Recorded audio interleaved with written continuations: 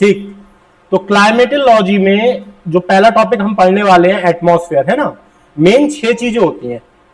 अगर क्लाइमेटोलॉजी में देखो तुम, जिनकी हमें स्टडीज करनी है, मेन 6 चीजें होती हैं, उन्हीं का सर्कुलेशन एक्चुअल में हमें पढ़ना होता है। उनका सर्कुलेशन, उनकी फॉर्म किस तरह से चेंज हो रही है, यही सारी चीजें हैं। उन 6 चीजों के नाम नोट कर लो बेटा, पता होंगे तुम सबको। Temperature,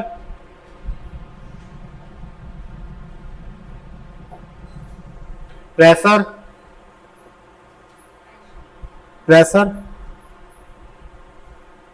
wind, humidity, cloud cover and precipitation.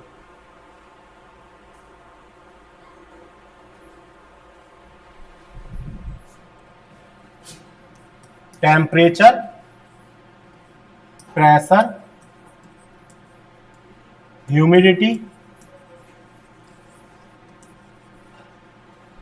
Cloud cover and precipitation. एक रह गया क्या? हाँ जी बेटा, प्रेसिपिटेशन का ही दूसरा नाम होता है रेनफॉल, हाँ, और विंड्स। ठीक है, ये 6 चीजें हैं जो मेन हम क्लाइमेटोलॉजी में पढ़ेंगे, है ना। अब इन 6 चीजों में से देखो कौन सी ऐसी चीज है जो एटमॉस्फेयर में नहीं पाई जाती है। सारी की सारी चीजें कहां है? एटमॉस्फेयर में पाई जाती है, राइट। ठीक है, तो पहला हम हेडिंग डालेंगे क्या? एटमॉस्फेयर। अच्छा, 2 टर्म्स आते हैं बेटा, एक होता है वेदर और एक होता है क्लाइमेट। क्या अंतर होता है दोनों में? वेदर और क्लाइमेट में अंतर क्या होता है? हाँ, ठीक है, ये फ्लो कॉन्सेप्ट है, जो इकोनॉमिक्स वाले होंगे वो जानते होंगे, है ना। वो फ्लो कॉन्सेप्ट और ये कौन सा है? स्टॉक। ये एट अ पॉइंट होता है, किसी पर्टिकुलर पॉइंट पर, है ना, किसी पर्टिकुलर टाइम पर। ये क्या होता है बेटा? टाइम पीरियड बेस्ड होता है ना। ये करीब करीब कोई भी अगर मैं मौसम मानूं, ठीक है, 3 मंथ तक रहता है अगर ठीक ठाक सा मौसम है। कुछ होता है जो जल्दी चला जाता है, तो ठीक ठाक से अगर मैं क्लाइमेट की बात करूं तो 3-4 महीने तक रहेगा। वेदर की अगर मैं बात करूं तो ये क्या हो सकता है बेटा?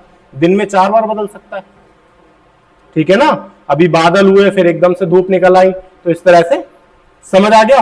तो ये डिफ्रेंशिएशन दिमाग में नोट कर लो, कॉपी में नोट करना चाहो तो कॉपी में भी नोट कर लो, ठीक है।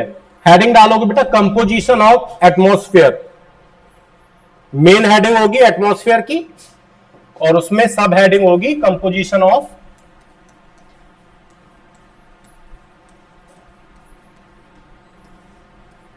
पहली हेडिंग क्या है इसमें?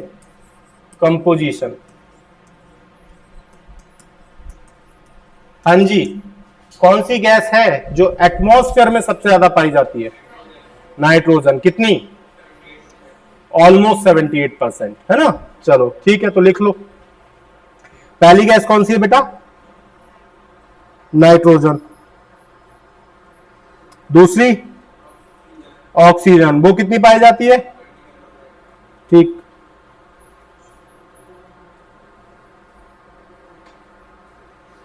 ठीक।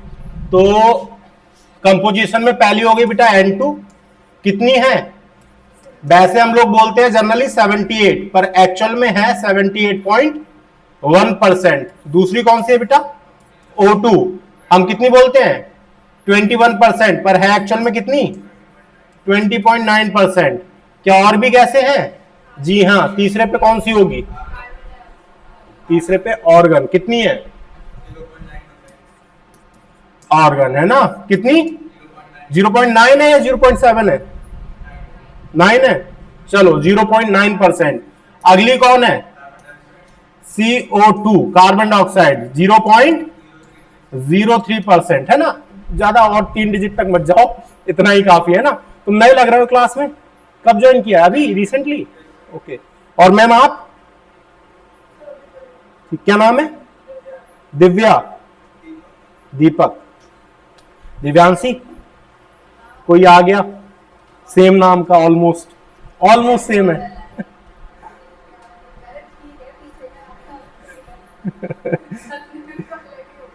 चलो ठीक है, ठीक। इसके सिवा गैसेस और भी है, पर उनका कंपोजिशन याद रखने की जरूरत नहीं है, कितना कितना है ना। ठीक है,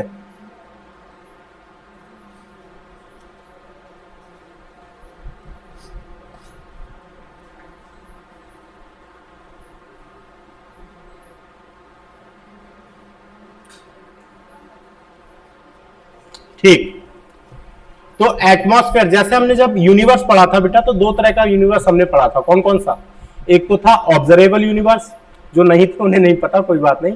और दूसरा था एब्सोल्यूट यूनिवर्स कितना है ना। तो ऑब्जर्वेबल मतलब वो यूनिवर्स जो एक्चुअल में हमारी रीच में था, है ना, जो हम देख सकते थे। ऐसे ही एटमॉस्फेयर को भी हम दो पार्ट में डिवाइड करते हैं। एक तो है effective universe, sorry effective atmosphere. Effective atmosphere वो एटमॉस्फेयर है जिसमें एक्चुअल में हम क्या कर रहे हैं बेटा, मैक्सिमम एक्टिविटीज परफॉर्म करते हैं। और बाकी जो बच गया वो एटमॉस्फेयर है जो एक्चुअल में हमें बाहर की शक्तियों से क्या कर रहा है, बचा रहा है। तो जो अगर मैं बात करूं, ये अर्थ है, कुछ यहीं पर शेप आते थे,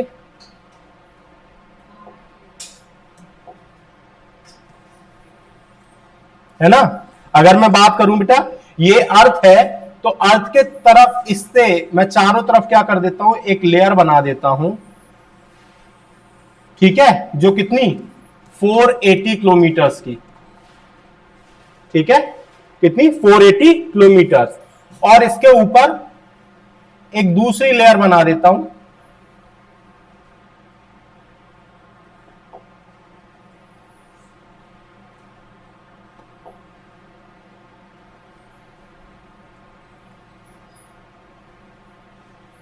ये 10,000 की, ठीक है, कितनी है 10,000 किलोमीटर। ये जो 480 किलोमीटर है, ये है हमारा कौन सा, इफेक्टिव एटमॉस्फेयर। और बाकी जो 10,000 है वो क्या है, एक्चुअल एटमॉस्फेयर। और इसमें कई सारी लेयर देखने के लिए मिलती हैं, नाम सुना होगा, ट्रोपोस्फेयर, स्ट्रेटोस्फेयर, है ना। एक एक को एक्सप्लेन करेंगे धीरे धीरे और देखेंगे हर किसी की क्या खासियत है, ठीक है। चलो,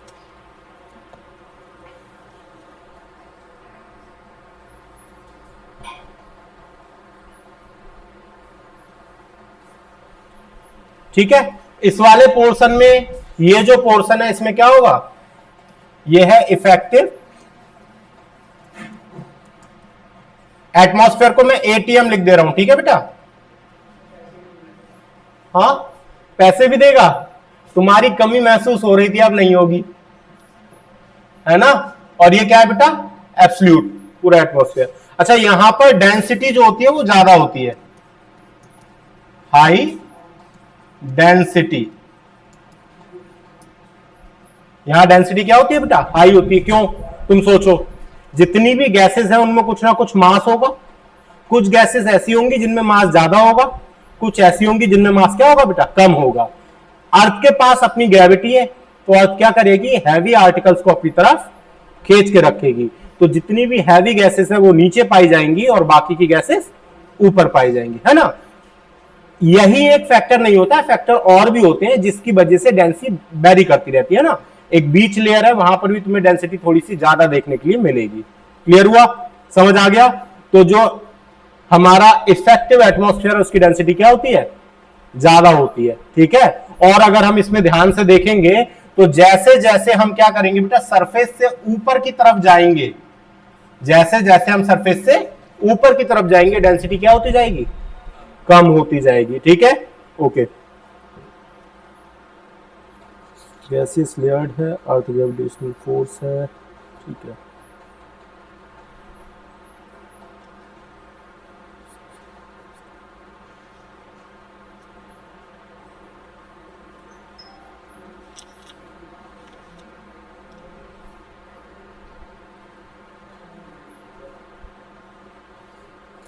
ठीक,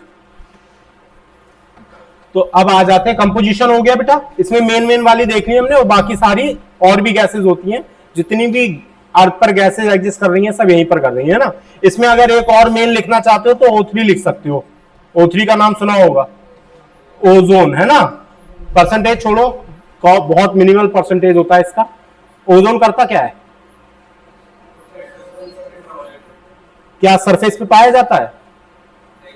ऊपर पाया जाएगा ना, सरफेस पे बनाया जा सकता है आर्टिफिशियल, और बहुत ही ज्यादा पॉइजनस होता है। ओजोन क्या होता है?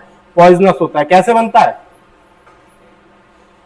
एक्चुअल में तुमने एक कहावत सुनी होगी काफी पुरानी सी, जिस थाली में खाया उसी में छेद किया। ओजोन की भी कुछ वही कहानी है, राइट। एक्चुअल में ओजोन को बनाने के लिए जो रिस्पॉन्सिबल फैक्टर है वो कौन है? सनलाइट। सन की स्पेशली अल्ट्रावायलेट वाली जो लाइट होती है, उसकी वजह से क्या होता है बेटा? ओजोन फॉर्म होता है। और ये क्या करता है? एग्जैक्टली। और ये क्या करता है बनने के बाद?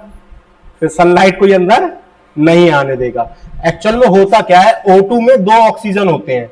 जैसे ही इस पे यूवी लाइट पड़ती है तो इसको क्या करेगी? नीसेंट ऑक्सीजन में तोड़ देगी, 2 अलग अलग ऑक्सीजन में तोड़ देगी। और फिर यही ऑक्सीजन दूसरे O2 के संग मिलकर क्या बना लेगा? O3 बना लेगा। और यही है ओजोन। और ये बनेगा तो ये क्या करेगा? नालायकी, है ना। ये नालायकी, इसकी नालायकी की वजह से ही हम लोग क्या है बेटा? हाँ, सरवाइव कर पा रहे हैं, है ना। अगर ये नालायकी ना करे तो सनस्क्रीन कोई काम नहीं आएंगे ना, सनस्क्रीन वगैरह जो होती है ना, सब बेकार। चलो आगे बढ़ते हैं। हाँ, तो एटमॉस्फेयर का मेन काम क्या है वो देखते हैं, पहले समझते हैं, उसके बाद लिखने का तो हम लिख ही लेंगे। ओके, हाँ जी, कौन कौन बताना चाहेगा एटमॉस्फेयर का काम है क्या?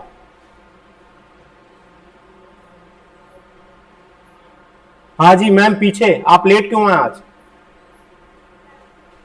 ट्रैफिक? बहुत जेन्युइन रीजन है। हाँ हाँ, क्या काम होता है बेटा एटमॉस्फेयर का? आप ही से पूछ रहा हूं, पढ़ाया कुछ नहीं है अभी, अपने हिसाब से बताओ क्या हो सकता है।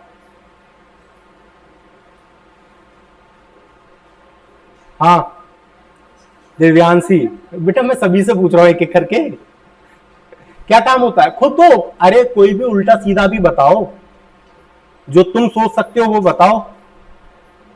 अब सब मुंह छिपा रहे हैं, बताओ ऐसा क्या है भाई, कोई तो काम बताओ। हाँ तुम्ही से पूछ रहा हूं। यस, हाँ अच्छा,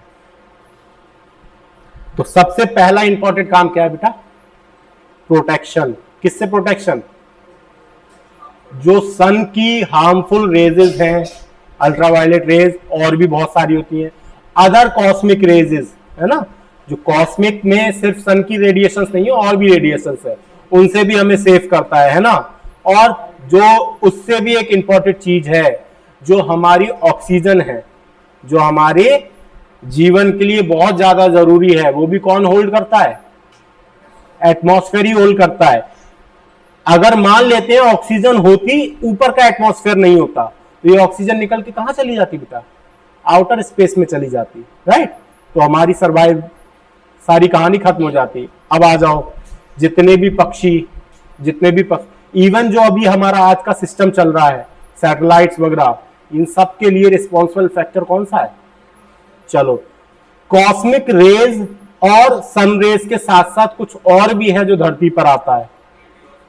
एग्जैक्टली, मेटियोर्स वगैरह जो होते हैं वो भी धरती पे आते हैं। डायनासोर को निपटा चुके हैं, अब एक नई डायनासोर की स्पीसीज धरती पर क्रिएट हो चुकी है ना।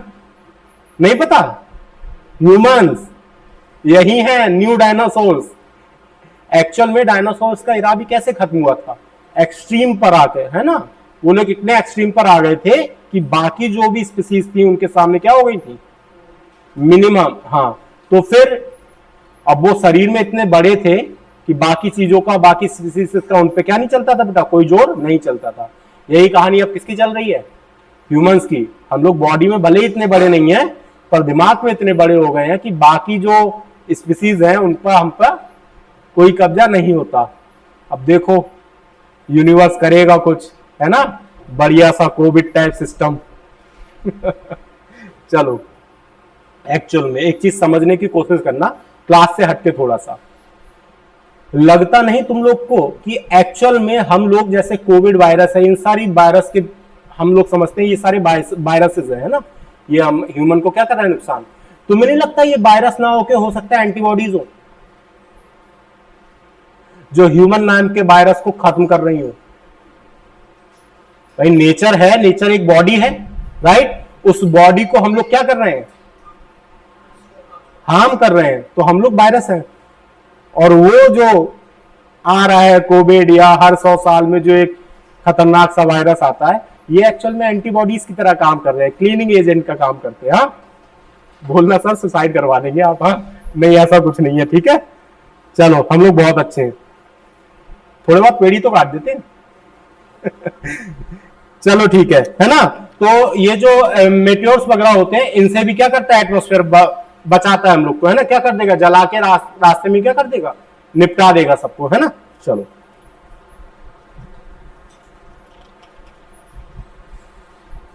ठीक है, तो नाइट्रोजन के बारे में एक दो पॉइंट लिख लेते हैं हम, ठीक है। मोस्ट अबंडेंट गैस है ये, ठीक है, और एक्ट एज अ डाइल्यूटेंट,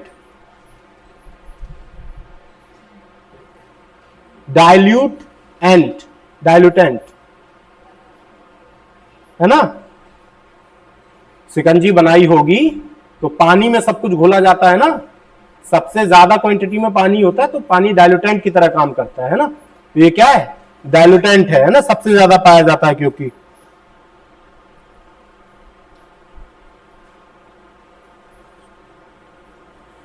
और इसका एक और काम होता है बेटा, क्योंकि गैसेस जो होती हैं सारे के सारे एलिमेंट होती हैं, और एलिमेंट में इनर्ट गैस को छोड़कर जितने भी एलिमेंट है ना, उनकी एक स्पेसिफिक नेचर होता है कि अकेले नहीं रहना चाहते हैं, है ना। लाइफ में कोई नहीं रहना चाहता, क्यों, हाँ, तो ये अकेले नहीं रहना चाहते, तो ये क्या करेंगे, अगर इन्हें कोई मॉनिटर करने वाला ना हो तो ये आपस में क्या कर लेंगे बेटा, एक दूसरे से रिएक्ट कर जाएंगे। इस रिएक्शन को रोकने के लिए भी कौन रिस्पॉन्सिबल है, नाइट्रोजन, ठीक है। तो नाइट्रोजन क्या करता है, बाकी जो अदर गैसेस हैं उनको आपस में रिएक्ट करने से रोकता है। तो एक ये पॉइंट लिख लोगे, ठीक है, नोट कर लो अपनी अपनी लैंग्वेज में। नोट्स का मतलब होता है बेटा कम से कम लिखना और ज्यादा से ज्यादा समझ पाना, है ना, जिससे लास्ट नाइट जब एग्जाम हो अगले दिन सुबह तो फटाफट आधे एक घंटे में उसको पढ़ के क्या कर सको, खत्म करो। तो कम से कम लैंग्वेज में ज्यादा से ज्यादा कंटेंट लिख लो। ओके, क्लियर हो गया नाइट्रोजन का क्या काम है, ठीक। ऑक्सीजन, इसका काम तो सभी को पता होगा, है ना। पहली बात तो हाँ, ब्रीदिंग के लिए सबसे ज्यादा जरूरी है ना। हाँ, अच्छे कामों से हटके कुछ गलत काम भी ऑक्सीजन के हैं। तो सर ऐसा तो कुछ याद नहीं आता, सबसे ज्यादा मैं यही बताता हूं, इस यूनिवर्स में किसी भी चीज को खत्म करने का जो ठेका ले रखा है किसने लिया है बेटा, ऑक्सीजन ने। चाहे नॉन मेटल हो चाहे मेटल हो, नॉन मेटल को जला के खत्म करेगा और मेटल को कोरोड करके, ठीक है। ओजोन सिंथेसिस के लिए जरूरी है, ओजोन क्या होती है बेटा, O3 होती है, तो ओजोन सिंथेसिस के लिए जरूरी है। लिखोगे ओजोन सिंथेसिस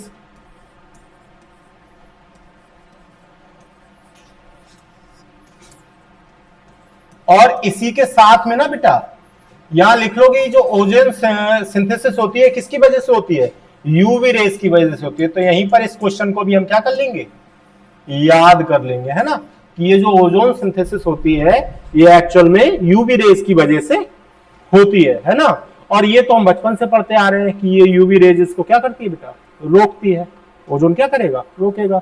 और अगर नहीं याद हो तो फिर थाली में छेद वाला ऑप्शन याद रखना, तो याद आ जाएगा, ठीक है। चलो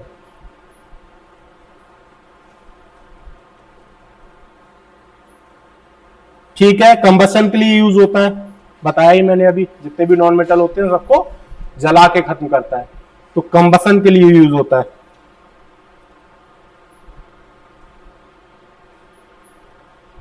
ठीक, नेक्स्ट, ऑर्गन इनर्ट गैस है, बहुत ज्यादा हम लोग यूज नहीं करते, कुछ एक जगह है जहां पर यूज होती है ना, कहां पर नहीं, अब कम होती है। पहले एक बल्ब होते थे येलो वाले, याद है, उसके अंदर यूज होती थी, है ना। अब तो एलईडी और ये सब आ गया तो फिर खत्म हो गया वो कल्चर। ठीक है, आ जाओ। नेक्स्ट है बेटा CO2 गैस। हाँ, इसके दो मेजर इंपॉर्टेंट रोल हैं। एक रोल इसका क्या है बेटा, जिसको हम सब दुश्मन समझते हैं, वही ये बहुत इफेक्टिव ग्रीन हाउस गैस है। पहला रोल क्या है बेटा इसका, इफेक्टिव ग्रीन हाउस गैस। और दूसरा क्या है, फोटोसिंथेसिस, है ना। जो एक्चुअल में हम लोगों की फूड रिक्वायरमेंट है वो कहां से पूरी होती है, प्लांट से, है ना। अगर आप एनिमल पे भी डिपेंडेड हो तो एक्चुअल में एनिमल भी किस पे डिपेंडेड है, प्लांट्स पर, है ना। तो अल्टीमेटली हम डिपेंडेंट किस पे, प्लांट्स पे, है ना। तो ये जो प्लांट्स जो मास कंटेन करते हैं, मास बनाते हैं, वो किसकी हेल्प से बनाते हैं, CO2 और सनलाइट वाटर इनकी प्रेजेंस में ना। तो CO2 इसके लिए क्या है, बहुत ज्यादा, क्या हो जाना है, क्या चीज, नहीं थैंक यू जो बच्चे पहले मेरी क्लास ले चुके हैं, इससे पहले जब आए थे, एक दो बच्चे होंगे, वो जानते होंगे मैं क्लास में हर चीज को अवॉइड करता हूँ बेटा। हाँ, जो पहले बच्चे पढ़ चुके हैं मुझसे, वो जानते होंगे मैं क्लास में इन सब चीजों को अवॉइड करता हूं। मैं, तुम लोग कर सकते हो, कोई दिक्कत नहीं है, ठीक है। नेक्स्ट बेटा ozone. Ozone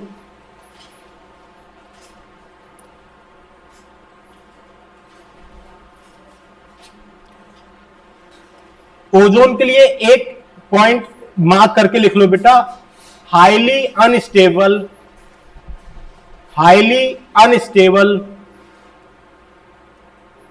green house gas. ये भी एक ग्रीन हाउस गैस है ना। एक्चुअल में जितनी भी ग्रीन हाउस गैस पाई जाती हैं, उनका आइडियल है कौन, उनका आइडियल है कौन, ओजोन लेयर। अभी बताता हूं कैसे, ठीक है। जितनी भी मार्केट में ग्रीन हाउस गैसेस हैं, उनका एक्चुअल में आइडियल कौन है, ओजोन। अभी देखते हैं कैसे, है ना। फिलहाल तो ओजोन का लिख लो, क्या है बेटा, highly unstable green house gas है। और दूसरा क्या है बेटा, एक लेयर पाई जाती है, कौन सी, ओजोन लेयर। उसका मेन काम क्या है बेटा, यूवी रेस से प्रोटेक्शन। तो it's protect earth surface from harmful UV raises. ऐसा नहीं है बेटा यूवी रेज में से कोई भी पार्ट अर्थ तक नहीं आता है। तीन कैटेगरी की यूवी रेज होती हैं, ए, बी और सी, है ना। इसमें से हाफ मतलब 1.5 को आने देता है और बाकी 1.5 को क्या कर लेता है, रोक लेता है ना। भाई एब्जॉर्ब कर लेगा या फिर रिफ्लेक्ट कर देगा, ठीक है। कैसे तुम समझो, मैंने बोला कि ये क्या है बेटा, आइडियल है किसका, जितनी भी ग्रीन हाउस गैसेज होती हैं। एक्चुअल में ओजोन करता क्या है, अगर मैं ये अर्थ है बेटा, एक पर्टिकुलर पोर्शन को अर्थ के जूम कर लू, है ना, तो कुछ इस तरह की लेयर निकल के आएगी।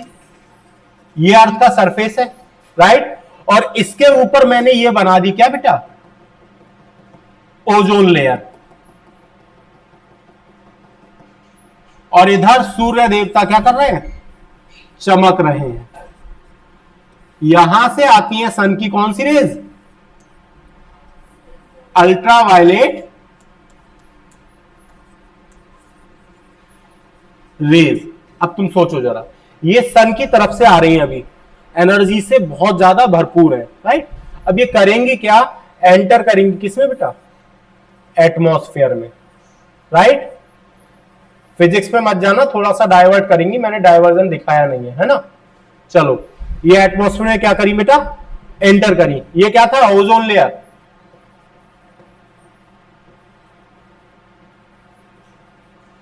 अब ये करेगी क्या, जब यही रेजे क्या कर रही होंगी बेटा, वापस जा रही होंगी, तो ये इनको क्या कर लेगा,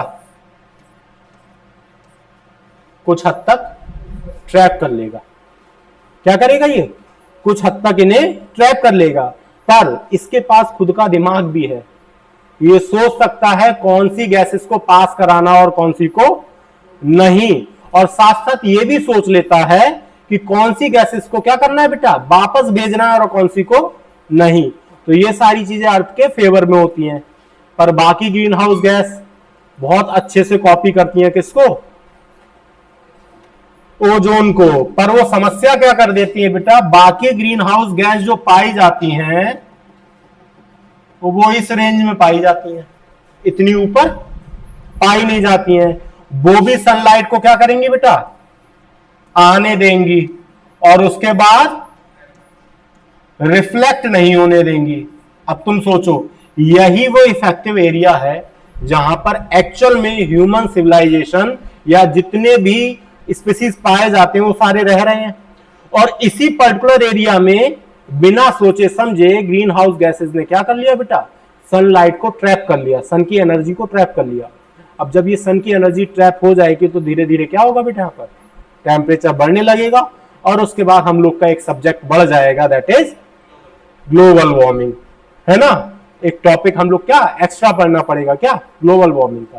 क्लियर हो गया, समझ आ गया। तो यहां से ग्रीन हाउस गैसेस किस तरह से काम करती है ये भी थोड़ा सा आइडिया लगा होगा। ठीक है, आगे आ जाओ। नेक्स्ट, अगली गैस इंपॉर्टेंट है कोई, वाटर वेपर। नेक्स्ट जो इंपॉर्टेंट गैस है उसका नाम है वाटर वेपर।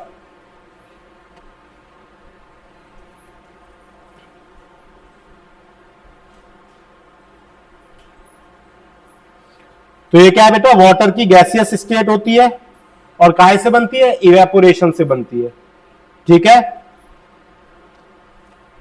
इसके बारे में इंपॉर्टेंट क्या है, ये भी क्या होती है बच्चा, ग्रीन हाउस गैस होती है, पर इसकी एफिशिएंसी बहुत कम होती है, बहुत कम क्वांटिटी में, है ना।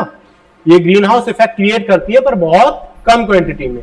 इसमें जो इंपॉर्टेंट पॉइंट ये है कि एटमॉस्फेयर में ये जो वेपर होती है आती कहां से है, कहां से आती है भाई। पहला सबसे इंपॉर्टेंट पॉइंट क्या है बेटा, इवेपोरेशन।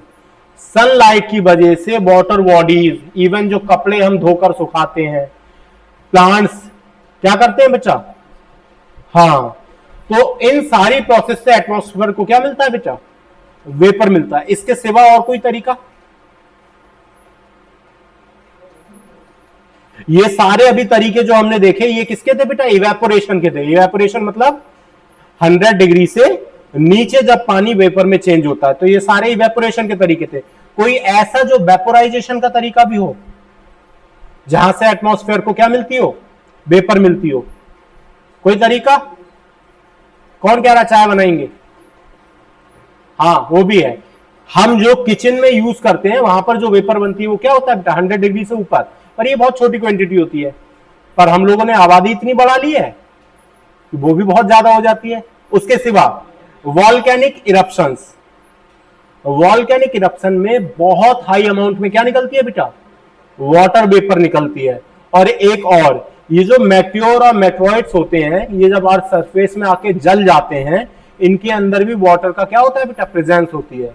ये वाटर की प्रेजेंस जो होती है ये भी एटमॉस्फेयर में किसकी तरह बिहेव करेगी, वाटर वेपर की तरह। मिल गए सारे पॉइंट। कहां कहां, सबसे पहला बेटा इवेपोरेशन से, दूसरा अब इवेपोरेशन में सारा आ गया, ठीक है, चाहे हम वाटर बॉडीज का पानी इवेपोरेट करें, चाहे हाउस होल्ड में कपड़े जो सुखाते हैं वो, ठीक है। उसके बाद कुछ ह्यूमन एक्टिविटीज की वजह से,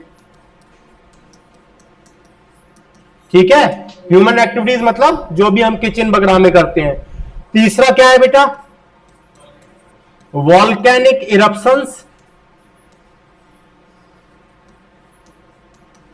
और चौथा क्या है, अब वॉल्केनिक इरप्शन देखो, एक तो अंदर से जो उसके मैग्मा निकलता है उसमें वाटर वेपर निकलती है। दूसरा, अगर ओशियन के अंदर वॉल्केनिक इरप्शन हो रहा है तो क्या होगा बेटा, जो गरम गरम मैग्मा एकदम बाहर आया पानी से टकरा के जो ठंडा होगा तो एक्चुअल में पानी को काहे में चेंज कर देगा, वो वेपर में चेंज कर देगा। और एक लास्ट बेटा क्या, मेटियोर्स। स्पेलिंग चेक कर लेना, EOR होता है।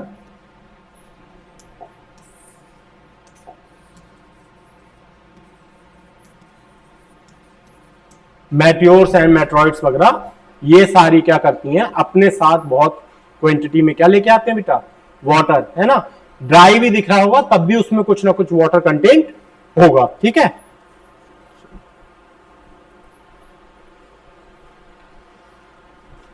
आ जाओ नेक्स्ट टॉपिक लिख लो बेटा, डिस्ट्रीब्यूशन।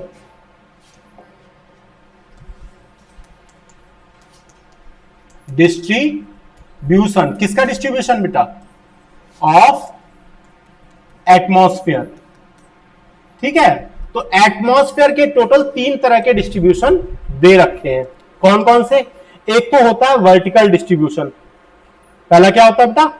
Vertical distribution. दूसरा होगा हॉरिजॉन्टल डिस्ट्रीब्यूशन, और तीसरा है पार्टिकुलेट मटेरियल। क्या क्या है बेटा? पहला वर्टिकल डिस्ट्रीब्यूशन, दूसरा क्या है बेटा?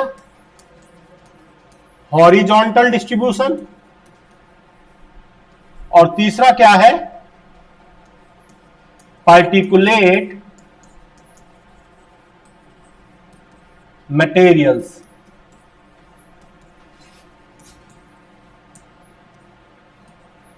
ठीक है, तीसरा क्या है? Particulate materials. इनमें से कोई ऐसा जिसके बारे में जानते नहीं हो? वर्टिकल डिस्ट्रीब्यूशन में क्या होगा बेटा? जितनी भी लेयर होती हैं एटमॉस्फेयर की, ट्रोपोस्फेयर, स्ट्रेटोस्फेयर, आयनोस्फेयर, है ना, एक्सोस्फेयर, ये सारी क्या है? वर्टिकल डिस्ट्रीब्यूशन में है। सिमिलरली हॉरिजॉन्टल में क्या आ जाएगा बेटा? जब हम जाते हैं एक जगह से दूसरी जगह, तो एक्चुअल में कहीं कहीं पर माउंटेन होते हैं, कहीं कहीं पर बेटा प्लेट्यू होता है। तो यहां पर क्या होता है बेटा? जब हम हॉरिजॉन्टली जा रहे हैं तो कहीं कहीं पर क्या हो रहा है बेटा? एल्टीट्यूड चेंज हो रहे हैं, है ना, और एल्टीट्यूड चेंज होने की वजह से भी क्या होता है बेटा? अलग अलग जगह पर अलग अलग कहानियां होती हैं एटमॉस्फेयर की, वो। और लास्ट है बेटा पार्टिकुलेट मटेरियल। पार्टिकुलेट मटेरियल क्या होता है? सुना है किसी ने नाम? एसपीएम नाम सुना होगा, सस्पेंडेड पार्टिकुलर मटेरियल्स। नहीं सुना है? एक्चुअल में जैसे एयर है ना बेटा, उसी तरह से एयर के अंदर बहुत छोटे छोटे पार्टिकल्स भी होते हैं जो क्या कर रहे होते हैं बेटा? फ्लोट कर रहे होते हैं, है ना। ऐसे पता नहीं चलेगा कौन कौन जाता है। टिंडल इफेक्ट को कौन कौन जानता है? नाम सुना है टिंडल इफेक्ट का? क्या होता है? हाँ, एग्जैक्टली होता क्या है? कहीं पर अगर पूरा का पूरा स्ट्रक्चर बंद है, राइट, कहीं एक छोटी सी कैविटी है, और सनलाइट इसमें से क्या होगी बेटा? अगर अंदर आती है तो एक्चुअल में क्या होगा? ये पर्टिकुलर रीजन, यहां पर छोटे छोटे पार्टिकल्स हमें क्या देंगे बेटा? दिखाई देंगे। अब तो फ्लैश लाइट आती है, पहले जो टॉर्च आती थी उसमें अगर तुम देखोगे उसकी एरो बनती हुई दिखाई देती थी। उस एरो के अंदर तुम्हें छोटे छोटे पार्टिकल क्या देते थे बेटा? दिखाई देते। रीजन क्या है? जब ऐसी सिचुएशन होती है कि बाकी सब में डार्क है और सिर्फ यहां पर ब्राइट है, तो ये जो छोटे छोटे पार्टिकल होते थे ये रोशनी को क्या करते थे बेटा? रिफ्लेक्ट करते थे। और ये रिफ्लेक्ट करते थे इसलिए हमें क्या करते थे बेटा? दिखाई देते थे। तो ये जो पार्टिकल हैं यही एक्चुअल में क्या है? सस्पेंडेड पार्टिकुलर मटेरियल, है ना, या फिर पार्टिकुलेट मटेरियल होते हैं। ये बहुत जरूरी होते हैं। ठीक है, दो चीजों के लिए इसके बारे में तुमने सुना होगा। एक तो जो हम बोलते हैं स्काई इज ब्लू, उसके लिए सबसे ज्यादा रिस्पॉन्सिबल फैक्टर यही होता है, पार्टिकुलेट मटेरियल। और दूसरा जो अभी किसी ने बोला था सर आपने रेनफॉल नहीं लिखा, प्रेसिपिटेशन, उसके लिए बहुत जरूरी होते हैं। ठीक है, अभी देखते हैं किस तरह से। तो सबसे पहले पहली हेडिंग वर्टिकल डिस्ट्रीब्यूशन की बात हम करते हैं, है ना। इसमें हम बाकी सारी लेयर्स को देखेंगे। क्या हुआ प्रगति? सब ठीक?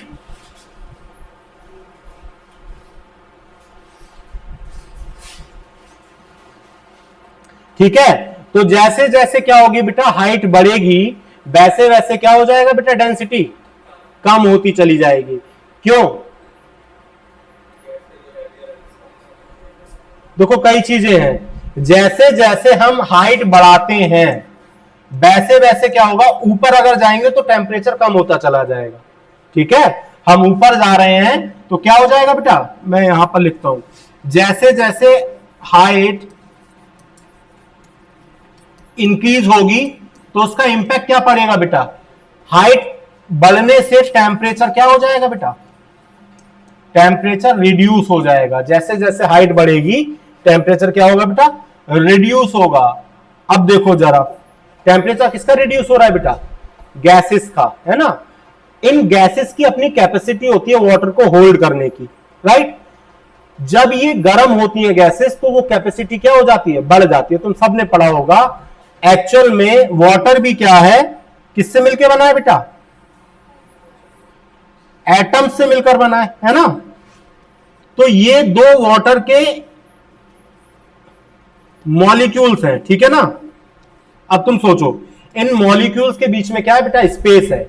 अगर मैंने इनको कर दिया क्या, हीट, इनका टेम्परेचर बढ़ा दिया, तो ये पार्टिकल क्या हो जाएंगे बेटा, दूर दूर भाग जाएंगे और इनके बीच में क्या हो जाएगा, गैप बढ़ जाएगा।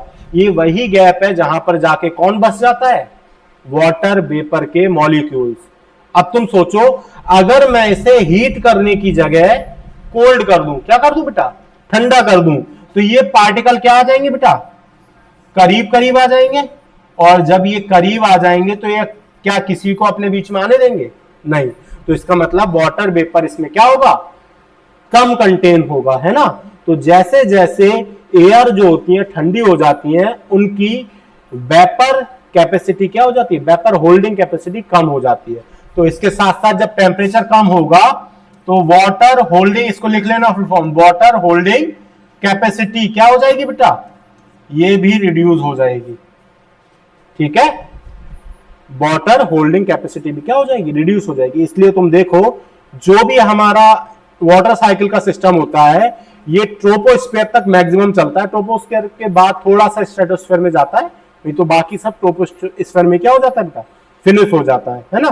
क्योंकि जैसे ऊपर जाएंगे क्या हो जाएगी कहानी, वाटर वेपर खत्म हो जाएगी, है ना। और वाटर वेपर खत्म तो क्लाउड फॉर्मेशन नहीं, प्रेसिपिटेशन नहीं, ठीक है। अच्छा अभी इसमें बीच में डिसकंटिन्यूटीज भी आएंगी, है ना। मैंने अभी बोल दिया क्या, जैसे जैसे हम ऊपर चलेंगे टेम्परेचर क्या हो जाएगा, कम होता चला जाएगा। पर यही एक फैक्टर नहीं है, और भी फैक्टर है। एक्चुअल में अर्थ को भी गर्म रखने वाला जो सिस्टम है वो सूर्य देव है, वो वहां से सनलाइट भेजेंगे। तो तुम सोचो अगर हाइट बढ़ेगी तो सनलाइट की प्रेजेंस भी बढ़ती चली जाएगी। वो एक फैक्टर है जो क्या करेगा, इस सिस्टम का उल्टा काम करेगा। तो जब और ऊपर बढ़ जाएंगे तो टेम्परेचर क्या होगा बेटा, घटने की जगह फिर से बढ़ना शुरू हो जाएगा, क्योंकि वहां इंसुलेशन क्या मिल रहा है बेटा, ज्यादा। इसीलिए जो एटमॉस्फेयर का सबसे हॉटेस्ट जोन है वो कौन सा है, आयनोस्फीयर, ठीक है। अभी बात करेंगे उसकी, ओके। इतना क्लियर है, okay.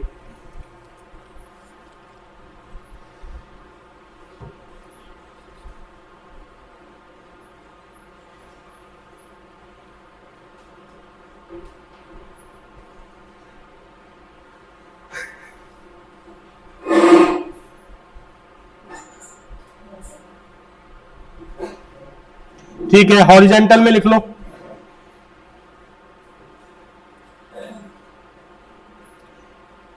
with increasing latitude, with increasing latitude, चाहे तो इसी तरह से एरो बना के लिख लेना। ये किसका था बेटा, वर्टिकल डिस्ट्रीब्यूशन का। इसी तरह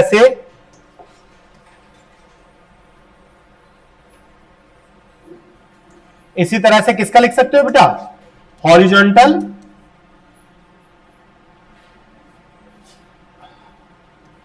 हॉरिजॉन्टल डिस्ट्रीब्यूशन का, ठीक है।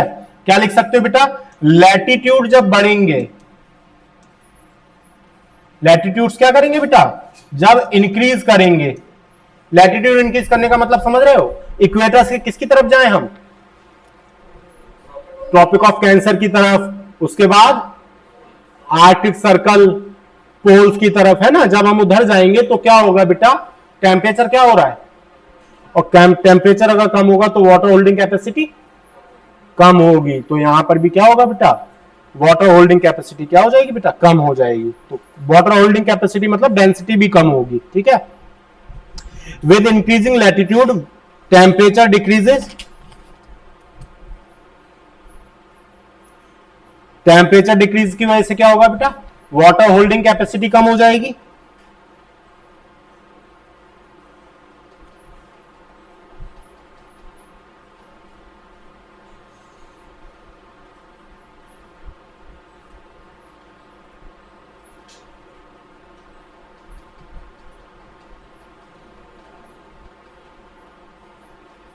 ठीक है। और ये जो वाटर होल्डिंग कैपेसिटी है ये इतनी इंपॉर्टेंट क्यों है? क्योंकि बहुत सारे ऐसे फिनोमिनन हैं जो किस पे डिपेंड करते हैं बेटा? Water holding capacity. तो स्टार मार्क करके नीचे लिख लोगे फिनोमिनन्स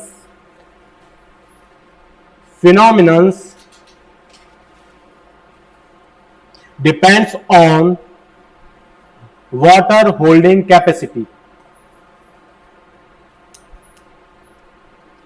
ठीक है, लिख लो कंडेंसेशन,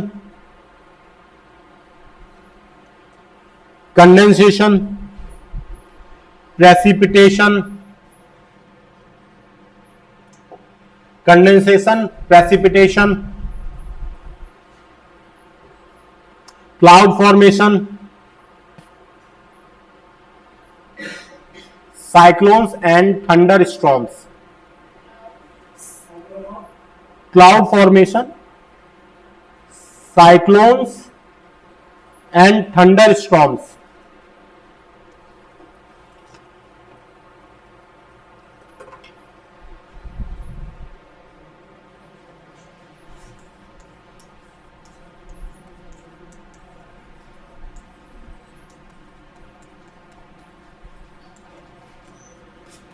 नेक्स्ट है बेटा पार्टिकुलेट मटेरियल। हालांकि इसके बारे में दो तीन चीजें मैं पहले ही तुम्हें बता चुका हूं जो मेन इंपॉर्टेंट है, और थोड़ा सा समझाना बाकी है वो समझा लेते हैं।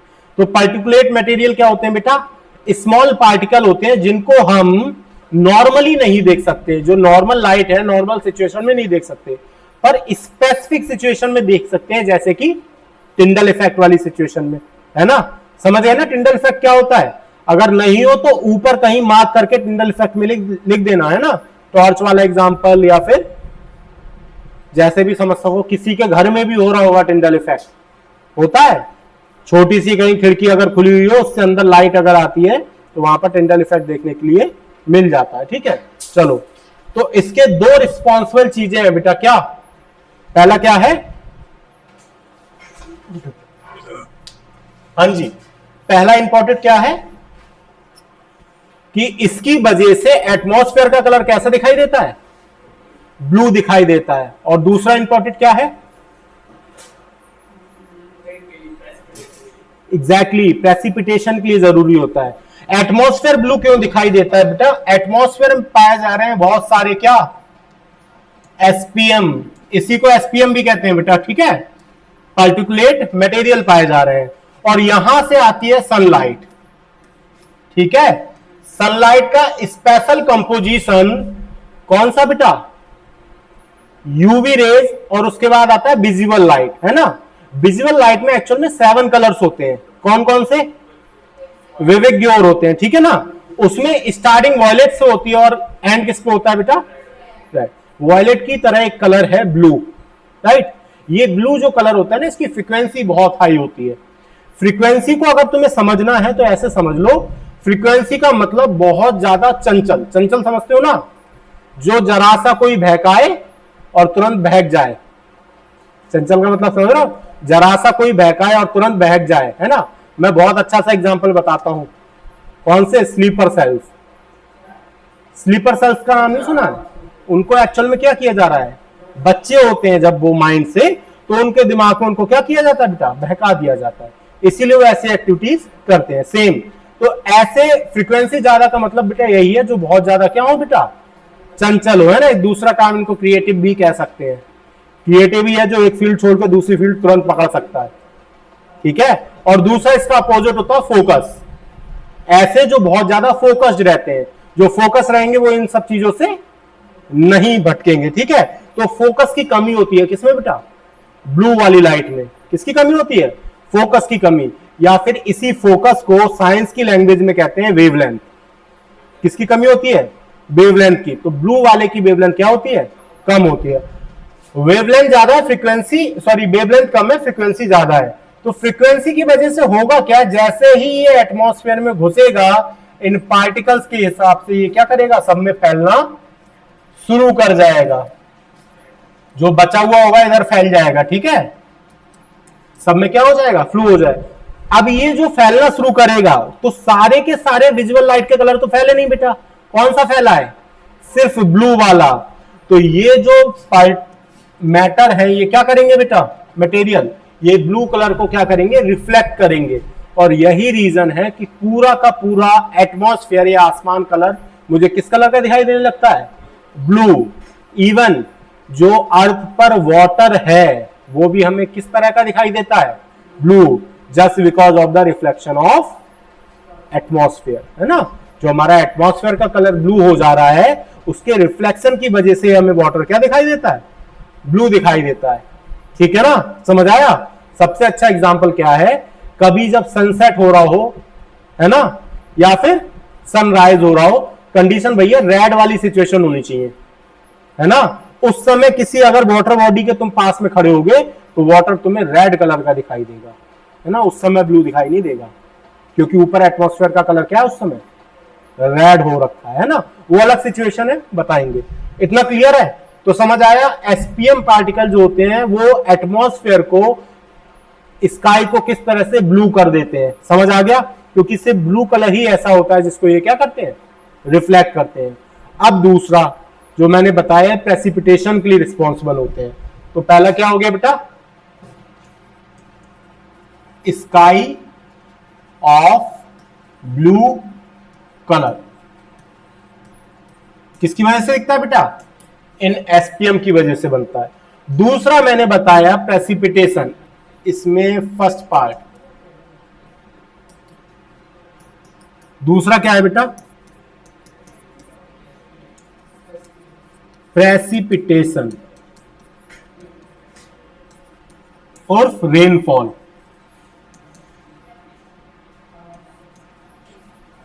ठीक है, क्या बोलते हैं उसको, एका, AKA, है ना, यही बोलते हैं ना। हाँ, अभी कुछ ज्यादा ट्रेंडिंग में है ये वर्ड। चलो क्लियर। प्रेसिपिटेशन किसका, SPM बताया था मैंने।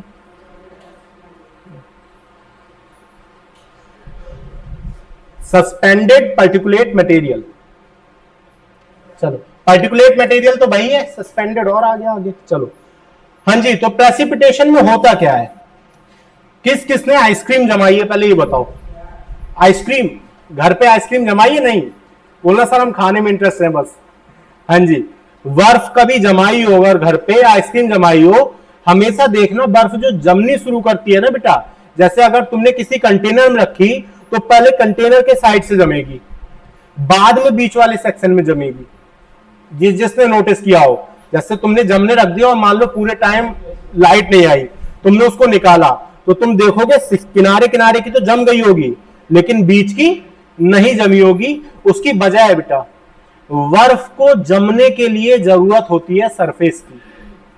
ठीक है, बर्फ तब तक नहीं जमेगी जब तक वहां पर क्या ना हो बेटा, कोई सरफेस ना हो। इसीलिए ये जो कंटेनर है जिसमें मैंने बर्फ जमने रखी है, तो बेटा सरफेस देखो, क्या बीच में कोई सरफेस है इसमें, यहां बीच में कोई सरफेस नहीं, पर किनारे पे यहां पर सरफेस है। तो इसी किनारे पे क्या होती है बेटा, बर्फ जमनी शुरू करती है, राइट। और धीरे धीरे क्या हो जाती है बेटा, पूरे में जम जाती है और फिर अंदर भी, जब ये वाली सरफेस मिल जाती है तो इस पे जमती है, फिर ये सरफेस मिल गई इधर जमी, तो इस तरह से जाके कंप्लीट फ्रोजन होता है। इसी तरह से जो बड़ी बड़ी मार्केट में जो सिल्लियां आती हैं उसमें देखो तुम क्या होता है, जब तुम देखोगे बड़ी सी स्लैब उठाओगे बर्फ की तो वो अंदर से हॉलो होगी। ठीक है, उसका रीजन क्या है, उन्हें एक्चुअल में बढ़ाना होता है क्या, सरफेस एरिया, जिससे कि फ्रीजिंग क्या हो जाए बेटा, जल्दी। तो वो एक्चुअल में शेप को सिर्फ ऐसा ना रखकर क्या कर देते बेटा, यहां से टिल्ट करके। अब ये मत सोचने लगना कि सर निकलेगा कैसे, इधर से ओपन कर दे रहा हूं मैं। ठीक है, हाँ जी, तो एक्चुअल में कुल मिला के इन्होंने क्या कर दी बेटा, सरफेस बढ़ा दी, क्योंकि अब ये भी सरफेस है, ये भी सरफेस है बेटा, और ये भी सरफेस है। सिमिलरली ये भी सरफेस है और ये भी सरफेस है। तो इस शेप में क्या होंगी बेटा, टोटल बर्फ की सारी सिल्लियां क्या आती हैं, पाई जाती हैं। उसकी वजह है कि उन्होंने क्या कर दिया बेटा, सरफेस बढ़ा दिया।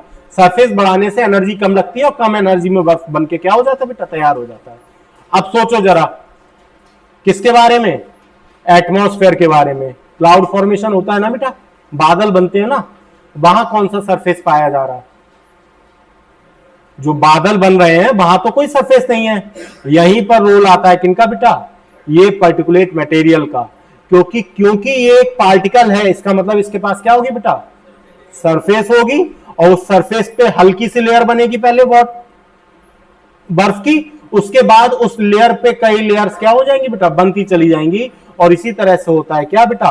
Cloud formation. समझ आया? क्लियर हो गया?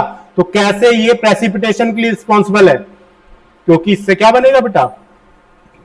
क्लाउड फॉर्मेशन होगा, और क्लाउड फॉर्मेशन होगा तभी बारिश हो पाएगी। ठीक है प्रगति, कौन सा जोक सुनाया तुमने? हमें भी सुनना है।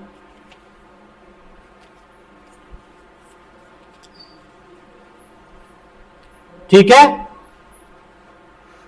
हाँ।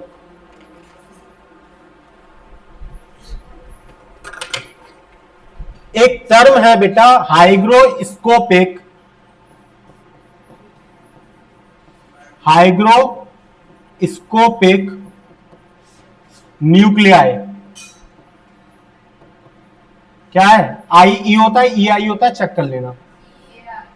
क्या? न्यूक्लियर नहीं बोला मैंने, न्यूक्लियाई बोला। ठीक है, चलो। हाइग्रोस्कोपिक न्यूक्लियाई, ये एक्चुअल में सिचुएशन ही यही है। ठीक है, जो बर्फ के ओले गिरते हैं ना, कभी एक ओले को सिर्फ एक उठाना, ज्यादा मत उठाना, दिक्कत हो जाएगी। उसको कटोरी में रख देना है ना, और जमीन से उठाना, डंडे वंडे से खींचना, नहीं तो पता चला सर में छेद हो गया। हाँ चलो, तो उसको अगर किसी कटोरी में डाल के रख दोगे तो बाद में जो उसमें से पानी निकलेगा ना, उसमें तुम्हें अंदर एक छोटा सा क्या मिलेगा? पार्टिकल मिलेगा, है ना? वही पार्टिकल एक्चुअल में क्या है? पार्टिकुलेट मटेरियल है। क्लियर हुआ? अब देखो जरा, अगर मैं बर्फ के ओले की बात करूं तो किस तरह का सिचुएशन दिखेगी मुझे? एक ऐसी सिचुएशन जिसके एकदम सेंटर में जाके क्या है? एक छोटा सा पार्टिकल, और सेंटर में होता है न्यूक्लियाई। तो ये जो सिचुएशन होती है वो हाइग्रोस्कोपिक न्यूक्लियाई से रिजेंबल करती है ना, तो इसी में ये टर्म आ जाता है hygroscopic nuclei.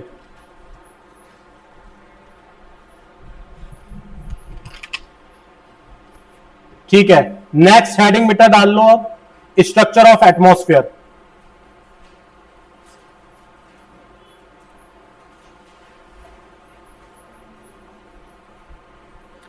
Structure of atmosphere.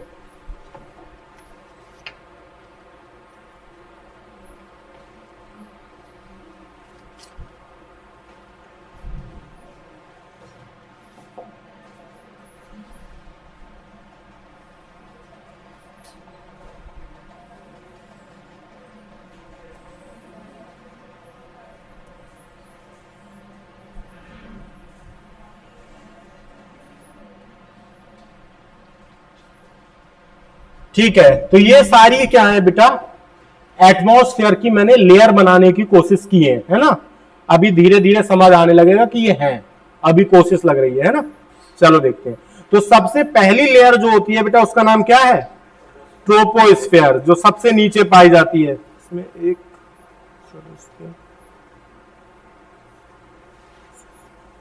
ठीक है, जो सबसे पहली लेयर पाई जाती है वो कौन सी बेटा? ट्रोपोस्फेयर, ये सबसे नीचे वाली है। ठीक है,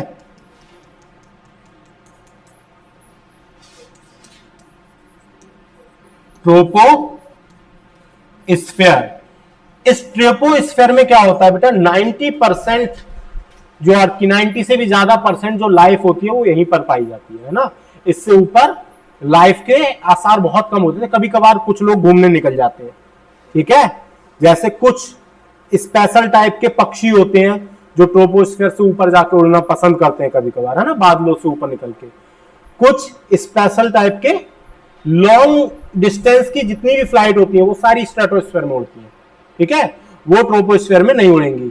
हेलीकॉप्टर जितने भी होंगे सब ट्रोपोस्फेयर में उड़ेंगे, ठीक है। और एक और प्राणी होता है जिसका नाम है फाइटर जेट, वो और ऊपर निकल जाता है, ठीक है, वो स्ट्रेटोस्फेयर से भी और ऊपर के लिए निकल जाता है, हम देखेंगे। तो जीने के लिए जो सबसे इंपॉर्टेंट चीज है बेटा वो क्या है? ऑक्सीजन। वो कहां पाई जाती है सबसे ज्यादा? इसी में पाया जाता है। हाँ, ट्रोपोस्फेयर है एक्चुअल में, जीने के लिए ट्रोपोस्फेयर ही है, ये सब जीने के लिए नहीं है, ये जिंदा रखने के लिए है, ठीक है। चलो ट्रोपोस्फेयर, तो जितने भी प्लांट, जितने भी गैसियस मतलब ऑक्सीजन होगा, एनिमल्स होंगे, फ्लोरा फाउना, सब कहां पाए जाएंगे बेटा? ट्रोपोस्फेयर में। तो ट्रोपोस्फेयर की कुछ खासियत लिख लेते हैं और लिख लेते हैं इसकी रेंज। इसकी रेंज होती है बेटा 14 किलोमीटर तक। ये जो रेंज होगी ये क्या होगी बेटा? 14 किलोमीटर्स, ठीक है। 14 किलोमीटर तक इसकी रेंज होगी।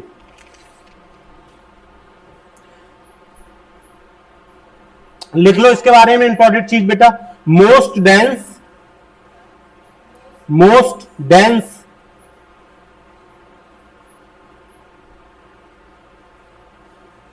मोस्ट इंपॉर्टेंट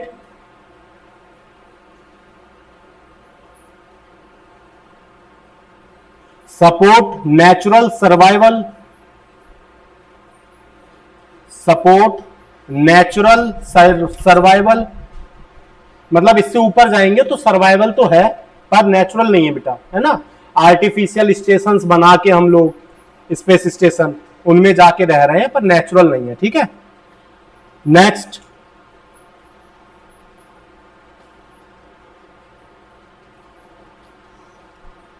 ओरिजिन ऑफ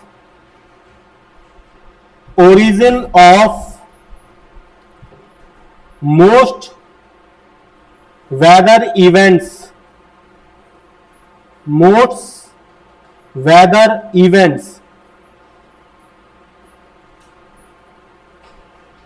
इसी का एक नाम लिख लो बेटा, मिक्सिंग जोन। मिक्सिंग जोन, यहां पर एयर्स आपस में क्या रहती है बेटा? मिक्स रहती हैं। हाँ, ट्रोपोस्फेयर की कहानी कर रहे हैं बेटा।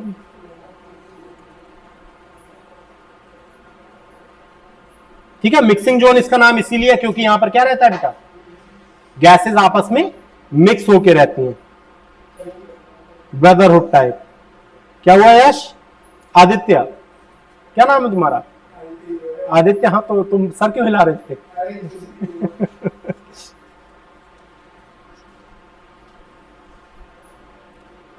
ठीक है,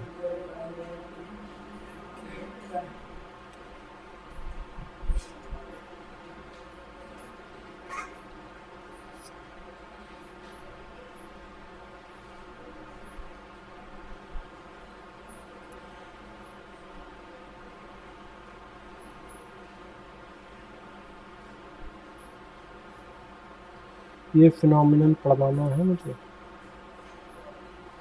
ठीक है। अच्छा, एक चीज और याद रखो, ये जो मैंने लिखवाई है हाइट बेटा, ये एवरेज हाइट है, ठीक है। जैसे जैसे हम इक्वेटर पे जाएंगे ये हाइट क्या हो जाती है? बढ़ जाती है। पर अगर हम पोल्स पे जाएंगे ये हाइट क्या हो जाएगी? वैरी करेगी। कहां से कहां तक? 10 से 18 तक। ज्यादा कहां है बेटा? इक्वेटर पे। कम कहां है? पोल्स पर। पोल्स पर ये रहती है 10 और इक्वेटर पे पहुंच जाती है कितनी? 18 किलोमीटर्स, ठीक है।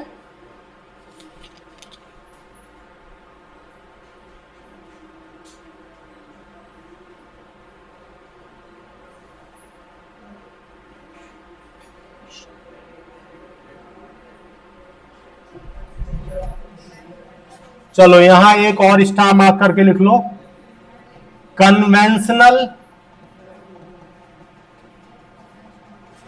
एंड क्या था? एडवेक्शन था।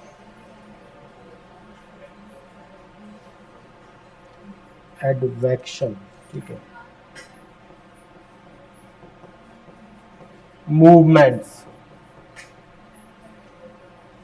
ठीक है। कन्वेक्शनल एंड एडवेक्शन मूवमेंट जो होते हैं वो यहीं पर चलते हैं। अभी हम देखें, कन्वेंशनल करंट के बारे में तो सुना होगा तुमने, है ना, पर मूवमेंट के बारे में नहीं सुना होगा। अभी बताएंगे, आगे चलेंगे थोड़ा सा जब इसकी जरूरत पड़ेगी, ठीक है। जब हम वाटर साइकिल पढ़ेंगे तब जरूरत पड़ेगी इसकी। क्लियर है?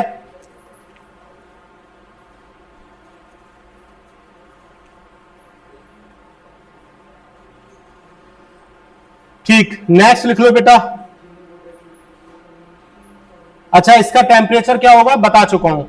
सेम सिचुएशन में जैसे नीचे होगा टेम्परेचर ज्यादा और ऊपर चलते चले जाएंगे तो टेम्परेचर कम हो जाएगा, ठीक है। तो टेम्परेचर रिड्यूसेस विद हाइट, ठीक है, ज्यादा नहीं लिखेंगे, बस थोड़े थोड़े लिखेंगे। Temperature reduces with height.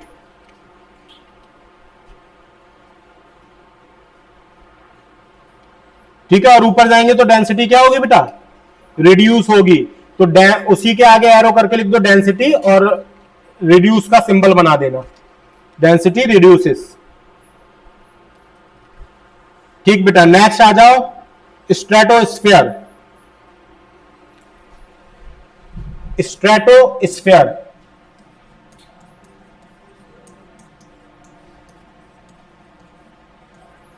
ठीक है। अच्छा, ट्रोपोस्फेयर में और लिख लो जरा पॉइंट ये वाला, कि जितनी भी शॉर्ट रेंज फ्लाइट्स होती हैं वो सारी ट्रोपोस्फेयर में उड़ेंगी। हेलीकॉप्टर भी ट्रोपोस्फेयर में उड़ेगा। क्लाउड फॉर्मेशन भी मोस्टली कहां होंगे, ट्रोपोस्फेयर में। तो क्या हुआ बेटा, short range flights, helicopters, cloud formation, ये सारे के सारे कहां होंगे,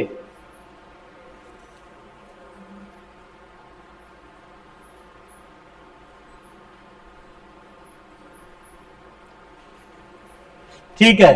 तो 14 से ये कहानी चलती है कहां तक बेटा, 50 किलोमीटर तक। अगर मैं ये पूरा बोलूं यहां तक क्या होगा बेटा, 50 किलोमीटर तक ये कहानी है। ठीक है, 14 से लेके कहां तक, 50 किलोमीटर तक कौन पाया जाता है, स्ट्रेटोस्फेयर। और स्ट्रेटोस्फेयर का जो सबसे मेन इवेंट होता है वो क्या होता है, ओजोन लेयर। जो ओजोन लेयर पाई जाती है वो कहां पाई जाती है बेटा, स्ट्रेटोस्फेयर में ही। नहीं नहीं, एकदम एकदम यहां से नीचे से। अगर मैं यहां से लिखता तो एरो बनाता, देखो मैंने एरो नहीं बनाया, जैसे यहां बनाया, एकदम नीचे से है, राइट। क्लियर, 50 किलोमीटर तक क्या पाया जाता है बेटा, ठीक है। तो स्ट्रेटोस्फेयर में क्या पाया जाता है, ओजोन लेयर।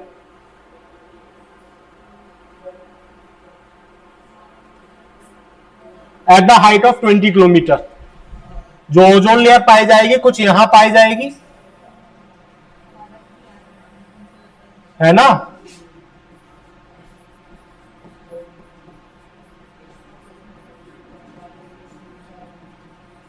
ठीक है, हाइट कितनी होगी बेटा इसकी, 20 किलोमीटर। किस हाइट पे होगी ये, 20 किलोमीटर की हाइट पर ओजोन लेयर पाई जाती है। क्या करती है, क्या करती है ओजोन लेयर, हाँ, सनलाइट से हमें क्या करती है बेटा, सनलाइट में भी स्पेशली किससे, यूवी रेज से, है ना। हाँ, प्रोटेक्ट करती है हम लोगों को, ठीक।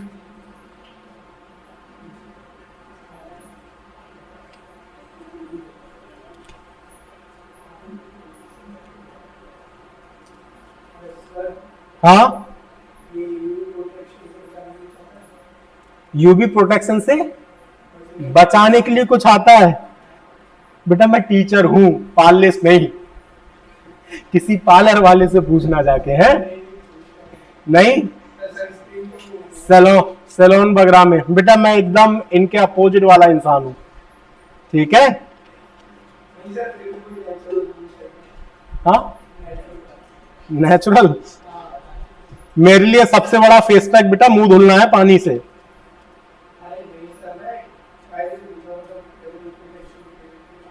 पता नहीं, आते तो होंगे बेटा बहुत सारे, क्योंकि ये पूरे दुनिया की प्रॉब्लम है ना। और तुम्हें पता है आजकल तो लड़कियों से ज्यादा लड़के एक्टिव रहते हैं इन सब चीजों में। मतलब लड़कियां तो रहती हैं, शुरू से ही रही हैं, पर अब लड़के भी बहुत ज्यादा एक्टिव हो गए हैं, तो उन लोग को बहुत अच्छे से पता होगा, है ना। अपने दोस्तों से पूछो, आसपास सबको पता होगा, क्यों प्रगति, है ना। नेक्स्ट,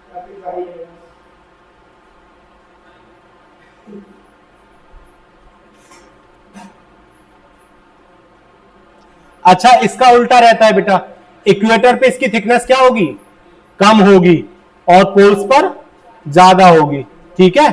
हाँ जी, तो थिकनेस लिख लो, thickness decreases poles to equator.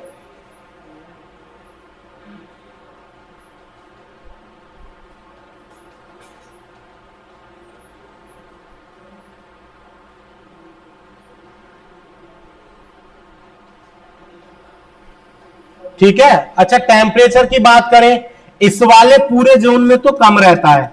ये जो लेयर है ना बेटा, ओजोन लेयर, इससे नीचे देखोगे तो वही ट्रोपोस्फेयर वाला रूल ही चलेगा। पर जैसे ही इससे ऊपर चले जाएंगे हम, तो टेम्परेचर क्या हो जाएगा बेटा, इंक्रीज हो जाएगा। क्या हुआ शुभी, आकृति, क्या हुआ? चलो, हाँ जी, तो क्या हो जाएगा, अगर ये जो ओजोन लेयर है इससे नीचे देखेंगे तो सेम ट्रोपोस्फेयर वाला रूल लग रहा होगा। पर जैसे ही ऊपर चले जाएंगे, ऊपर क्या हो जाएगा बेटा, यहां पर टेम्परेचर बढ़ जाएगा, यहां पर हाई होगा। ठीक है, इंक्रीजिंग, यहां टेम्परेचर क्या होगा बेटा, इंक्रीजिंग होगा। नेक्स्ट,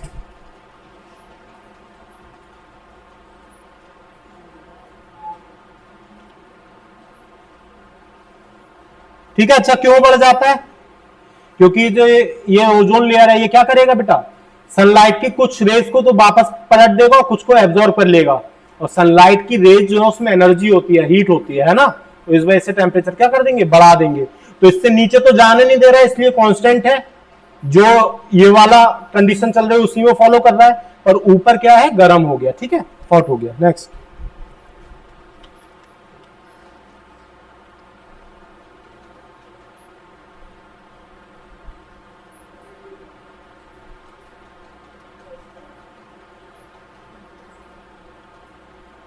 ठीक है। अच्छा, यहां पर क्या होता है बेटा, क्लाउड फॉर्मेशन बहुत मिनिमल होती है ना, बहुत कम। वजह क्या है, ना तो यहाँ एसपीएम पहुंच पाते हैं, पर्टिकुलेट मटेरियल यहां नहीं पहुंच पाते, और दूसरा ना ही पहुंच पाता है यहाँ मॉइस्चर। और ये दोनों ही चीजें जरूरत होती है किसके लिए बेटा, फॉर्मेशन ऑफ क्लाउड्स के लिए, है ना। तो यहां पर क्लाउड्स बहुत मिनिमल पाए जाते हैं। ठीक है,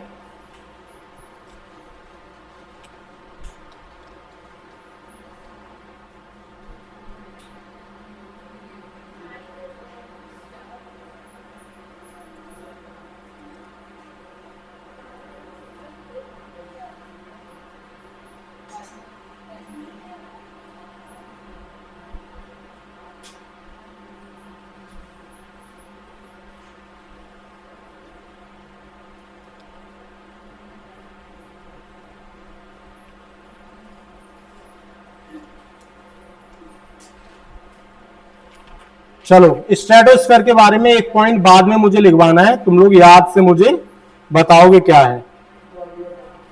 ठीक है, हाँ, अभी लिख लो। एक्चुअल में मुझे इंपॉर्टेंट कम लग रहा था इसलिए नहीं लिख रहा था, लिख लो।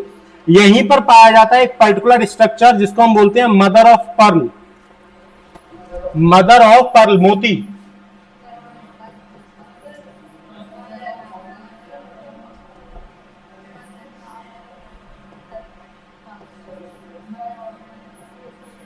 मदर ऑफ पर्ल, हाँ बेटा, हाँ, तुम्हें भी लाना है किसी के लिए। चलो, मदर ऑफ पर्ल एक्चुअल में होता क्या है, मैंने बोला यहां पर मॉइस्चर क्या होता है, बहुत कम पहुंचता है, एसपीएम भी बहुत कम होते हैं। तो यहां पर क्लाउड फॉर्मेशन क्या होता है, बहुत मिनिमल होता है। और जो यहाँ क्लाउड फॉर्मेशन होता है ना, एकदम व्हाइट कलर का होता है ना। तो वो एक्चुअल में आइस का व्हाइट कलर का क्रिस्टल जो बनता है, वो एक्चुअल में किस तरह का दिखाई देता है, पर्ल की तरह दिखाई देता है। तो उसी स्ट्रक्चर को हम बोल देते हैं मदर ऑफ पर्ल। और इसका एक और नेम होता है, क्या है ये, नेक्रियोस है, नोक्रियोस है, नेक्रियोस है। इसी का एक और नाम है बेटा, नेक्रियोस, नेक्रियोस।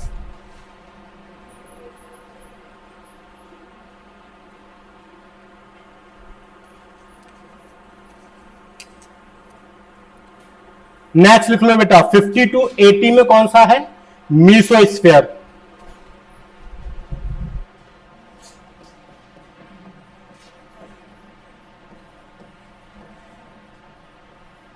कहां से, ये 80 किलोमीटर की रेंज तक।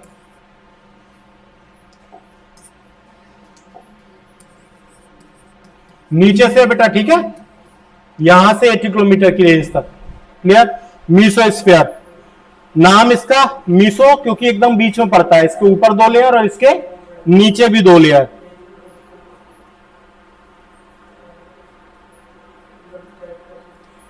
इसमें इसकी जो सबसे बड़ी स्पेशलिटी है, इसमें जितनी भी एटमॉस्फेरिक लेयर्स हैं उसका लोएस्ट टेम्परेचर पाया जाता है। जितनी भी एटमॉस्फेरिक लेयर्स हैं उसका लोएस्ट टेम्परेचर पाया जाता है।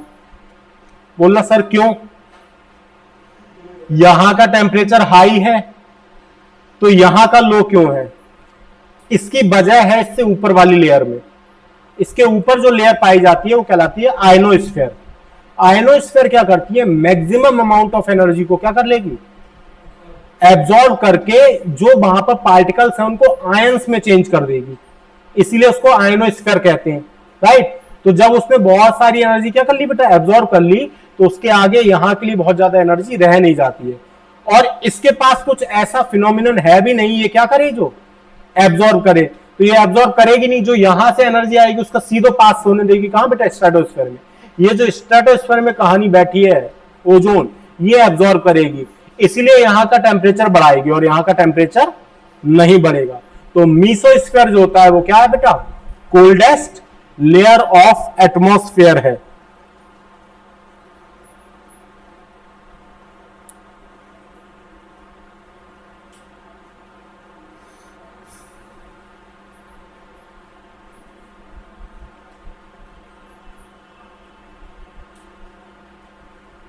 और इसका टेम्परेचर -100 डिग्री सेल्सियस। ठीक है, कहां तक पहुंच जाता है? -100 डिग्री सेल्सियस तक पहुंच जाता है। अब समझ लो सच में कोल्डेस्ट है ना? सच में काफी कोल्ड है। हाँ एग्जैक्टली, हाँ फाइटर जेट जो होते हैं वो इसी लेयर में पाए जाते हैं, उड़ते हैं। ठीक है, इसीलिए जो फाइटर जेट होते हैं इनसे हार्म होता है किसको? ओजोन लेयर को, क्योंकि ओजोन लेयर को पार करके फिर ऊपर उड़ते हैं जाके, है ना। उसका रीजन है यहां पर कुछ करंट्स चलती हैं, है ना। एक स्टोरी है, जापान का नाम सुना है? सबने सुना होगा, नहीं? क्या हुआ? हाँ जी, जापान का नाम सुना है? हाँ, एक टाइम था बेटा जापान ने पूरे वर्ल्ड के नाक में दम कर रखा था। वो टाइम था कौन सा? सेकेंड वर्ल्ड वॉर के आसपास का टाइम, है ना। एक्चुअल में पूरे वर्ल्ड की तो बात नहीं कर सकते, 2-3 देश थे जिनको परेशान कर रखा था, जिसमें से एक रसिया था, है ना, एक अमेरिका था। और उस समय पूरे वर्ल्ड की यही सिचुएशन थी कि रसिया, अमेरिका, फ्रांस और ब्रिटेन, अगर इनसे किसी का पंगा हो गया इसका मतलब वो वर्ल्ड वॉर है। ठीक है ना, इनसे किसी से भी किसी तरह का पंगा हो गया तो वो क्या है बेटा? World war. तो यही सिचुएशन थी, इसीलिए जापान को क्या किया जा रहा था? बहुत ज्यादा हेट वाली नजरों से देखा जा रहा था। वो काम भी कर रहा था चाइना पे, स्पेशली बहुत ज्यादा हैवी ड्यूटी वाले अत्याचार कर रहा था, है ना, मतलब एक्सट्रीम लेवल के। ठीक, तो एक्चुअल में था क्या, उस समय जो फाइटर जेट होते थे ना उनकी फ्यूल कैपेसिटी इतनी नहीं हुआ करती थी कि वो किसी एक जगह पर जाएं और वापस आ जाएं। ठीक है ना, किसी एक जगह पर जाएं, बॉम्बिंग करें और वापस आ जाएं। तो हिटलर ने इसका एक तोड़ निकाला। क्या बोला? तुम वापस मत आओ, प्लेन लेके गिर जाओ, बॉम्ब तो छोड़ना ही है, प्लेन भी वहीं छोड़ना है और खुद को भी खत्म करके आना है। यहीं पर जापान वो थोड़ा अलग सोचता था। उसने क्या किया बेटा? मीसोस्फीयर में वो निकल गया। इस मीसोस्फीयर में बेटा करंट्स चलती हैं, ठंडी हवाएं, है ना, काफी, और काफी तेजी से चलती हैं। तो ये जो जेट थे ना, जब ऊपर उन हवाओं के ऊपर चले जाएंगे ना तो इनको मिलता था नेचुरल, जैसे शिप चलते हैं ना पानी में, उस तरह का इनको सपोर्ट मिलता था। तो ये उस समय में क्या कर देते थे? अपने फ्यूल को क्या करते थे? बचाते थे, और जिससे आते समय भी इनको क्या मिल जाता था? बढ़िया फ्यूल मिल जाता था वापस आने के लिए, है ना। तो इनकी कुछ ऐसी कहानी है। तो यहां पर क्या चलती है बेटा? कन्वेंशनल करंट्स भी चलती हैं, अभी बात करेंगे उनकी क्या होती है। ठीक है, क्या हुआ बेटा? हाँ आदित्य बता दो। सब सुनने के लिए बैठे हैं।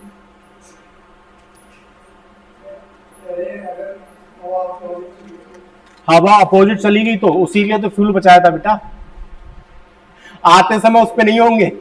ठीक है, अच्छा देखो, एक तो चीज ये होती है कि उन्हें पता था कि ऊपर करंट्स कुछ चल रही हैं। दूसरी चीज, करंट्स का लोकेशन पता होना चाहिए, क्योंकि अगर करंट्स का लोकेशन नहीं पता चला तो तुम बन जाओगे वास्को डी। फर्स्ट इंडियन कौन, फर्स्ट यूरोपियन कौन था जो इंडिया आया था? Vasco D gamma. और एक और प्राणी था जो वास्को डी गामा से पहले इंडिया आने की कोशिश किया था, पर वो इंडिया पहुंचा नहीं था। हाँ, कोलंबस। चलो, एक्चुअल में क्या था, ये यूरोप है, यूरोप में नीचे यहां पर जर्मनी पड़ता है, जर्मनी के नीचे यहां पर कौन पड़ता है बेटा? इधर है स्पेन, और स्पेन का ही कुछ पार्ट है क्या? पुर्तगाल का। ठीक है, यहां पर अगर मैं देखूं, यहां कौन है? कौन है? Africa, right. और सिमिलरली इधर आ जाओ, ये आपका हो गया अरेबियन पेनिसुला, और इसी से इधर जुड़ के ये आ जाता है आपका, ठीक है, इंडिया आ जाता है। ये कहानी है। ठीक है, अब तुम सोचो, जो ओशियन रूट था वो क्या इधर से आना था? कहां तक बेटा? इंडिया तक। तो कोलंबस अपने सफर पे निकला। कोलंबस को पता था कि समुद्र में क्या चलती है बेटा? करंट्स चलती हैं। कोलंबस को पता था समुद्र में क्या चलती है? करंट। और उस समय मोस्टली जो शिप्स होते थे वो किस तरह से चलते थे? इन करंट्स के भरोसे ही चलते थे। करंट्स का डायरेक्शन पता है, करंट्स में चले जाओ और करंट्स तुम्हें खुद ले जाके क्या कर देगी? दूर दूर डिस्टेंस तक छोड़ देगी। ये जो कोलंबस भाई साहब थे, ये यहां तक तो सही आए, उसके बाद एक गलत करंट में फंस गए। ठीक है, और पहुंचे कहां? यहां पर कुछ छोटे छोटे आइलैंड्स का ग्रुप है। कहां? नॉर्थ अमेरिका में के पास में छोटे छोटे आइलैंड्स का ग्रुप है ना, जिसका नाम सुना होगा तुमने, कोस्टा रिका वगैरह सब इधर ही पड़ते हैं, है ना। West Indies island cricket team, इन सब आइलैंड्स ने मिलकर अपना नाम क्या रख लिया बेटा क्रिकेट टीम के नाम पर? Waste Indies island. यहीं पर क्यूबा वगैरह सब यहीं पड़ते हैं ना। तो एक्चुअल में वो करंट इनको जाना इधर था, पर वो गलत करंट में फंस के पहुंच कहां गए? West Indies. अच्छा, क्लाइमेटिक सिचुएशन देखो तो इन दोनों जगह पे देखो, साउथ इंडिया में और ये जो आइलैंड्स है, इन दोनों ही जगह क्लाइमेटिक कंडीशन ऑलमोस्ट सेम होती है। तो यहां पर जो क्रॉप्स उगती है ना, वो भी बेटा ऑलमोस्ट क्या रहती हैं? सेम, है ना। तो मसाले वहां भी उगते थे, मसाले यहां भी उगते थे। तो कोलंबस भाई साहब को लगा मैं पहुंच गया इंडिया, और जिंदगी भर उनका ये भ्रम नहीं टूटा कि मैं इंडिया पहुंचाऊं या नहीं। उन्हें पूरी जिंदगी यही लगता रहा कि मैं पहुंचाऊं कहां? इंडिया। उनके मरने के बाद एक प्राणी आते हैं वास्को डी गामा, वो एक्चुअल में कॉन्टिनेंट के किनारे किनारे आते हैं, वो पहुंचते ही नहीं है करंट के अंदर, और कॉन्टिनेंट के किनारे किनारे घूमते हुए कहां पहुंचते हैं बेटा? इंडिया के केरल में कालीकट नाम की जगह पर 1498 में पहुंचते हैं।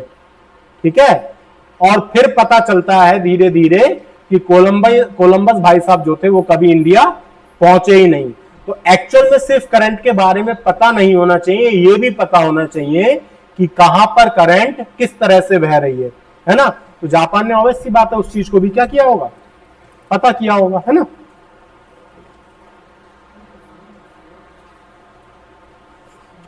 ठीक है, तो नेक्स्ट है बेटा मेसोस्फीयर हो गया, नेक्स्ट है थर्मोस्फीयर। नेक्स्ट है थर्मोस्फीयर, है ना। थर्मोस्फीयर के ही दो पार्ट कर लो।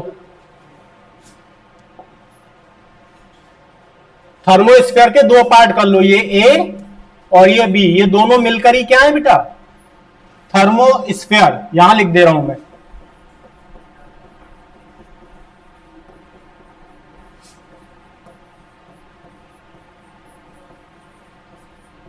क्या है बेटा? थर्मोस्फीयर। इसमें नीचे वाला जो है ये है आयनोस्फीयर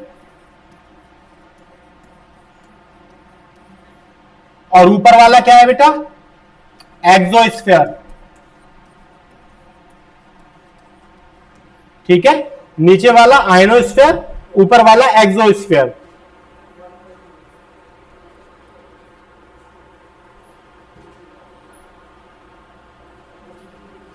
टेम्परेचर बेटा बहुत हाई होता है इसका, ठीक है।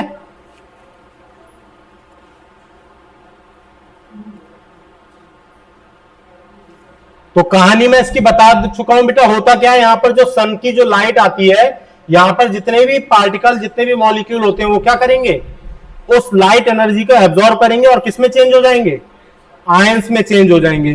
तो यहां एक्चुअल में हो क्या रहा है, मॉलिक्यूल्स चेंज हो रहे हैं किसमें, आयंस में। कैसे, यूवी रेज को एब्जॉर्ब करके, यूवी रेज और अदर, है ना, एब्जॉर्प्शन।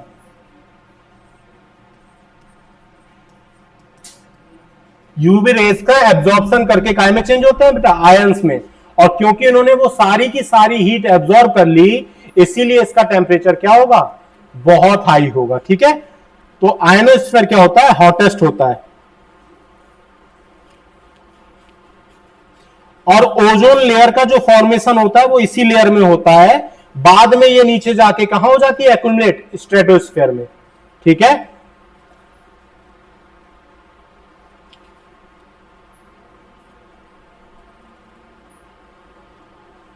तो अगर क्वेश्चन आ जाए, in which layer ozone layer form, ozone layer बन कहां रही है, ठीक है।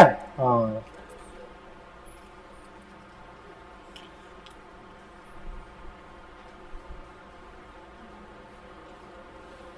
एक और इसमें लिखो बेटा, N2 and O2, क्योंकि मैंने बताया था मीसोस्फीयर में कुछ ऐसा नहीं है जो किसी को एब्जॉर्ब करे, ये बोलेगा जाना है जाओ, आना है आओ। तो यहां पर जो ओजोन फॉर्मेशन हो रहा है वो नीचे नीचे सेटल डाउन करेगा और जाके एक लेयर के रूप में कहां, स्ट्रेटोस्फीयर में इकट्ठा हो जाएगा। ठीक है, आज से कुछ समय पहले ओजोन लेयर में एक छेद देखने के लिए मिला था, पता है, अभी भी है, ऑलमोस्ट भर गया है ना। किस जगह पर बेटा, अंटार्कटिका के ऊपर, है ना। क्यों, क्या वजह थी, ग्रीन हाउस गैसेज, नहीं, ग्लोबल वार्मिंग, जी नहीं। और कोई वजह, रेफ्रिजरेटर, एसी और सेविंग जेल, तीन चीजें ऐसी हैं जहां से एक बहुत खतरनाक गैस निकलती है जिसका नाम है क्लोरोफ्लोरोकार्बन। ये दुश्मन होती है ओजोन की। क्या करेगी ये, क्लोरोफ्लोरोकार्बन, ये क्या कर देगी बेटा, ओजोन की दुश्मन। तो ये ओजोन को क्या कर देगी बेटा, निपटा देगी। तो उस समय फ्रिज, रेफ्रिजरेटर, इन सब में क्या होती थी बेटा, गैस यूज होती थी, सीएफसी गैस। उसी की वजह से क्या हो रहा था बेटा, ओजोन लेयर धीरे धीरे क्या हो रही थी बेटा। हाँ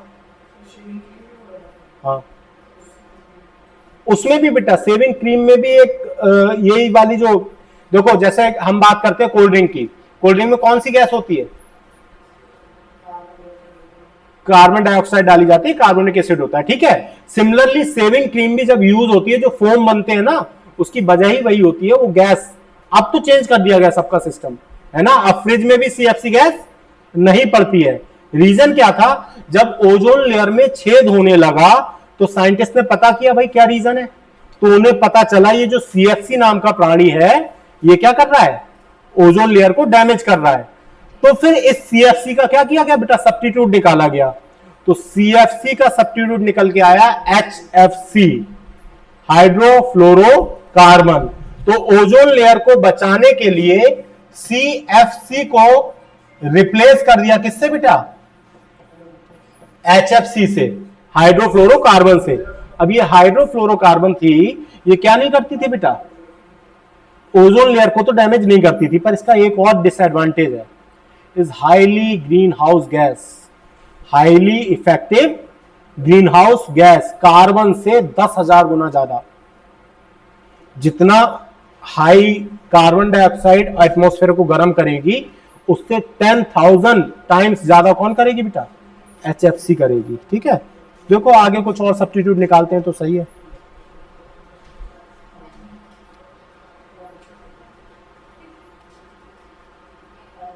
हाँ जी, N2 नेक्स्ट पॉइंट देखो बेटा, N2 मॉलिक्यूल्स, N2 मॉलिक्यूल्स मैंने बताया यहां ओजोन फॉर्म होती है, और क्योंकि अगर ओजोन फॉर्म हो रही है तो इसका मतलब यहां पर ऑक्सीजन है ना? तो N2 और क्या हुआ यश? हाँ क्या बता रहे हो? सॉरी,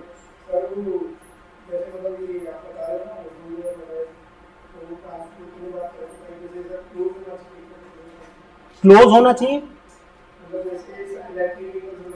हाँ हाँ,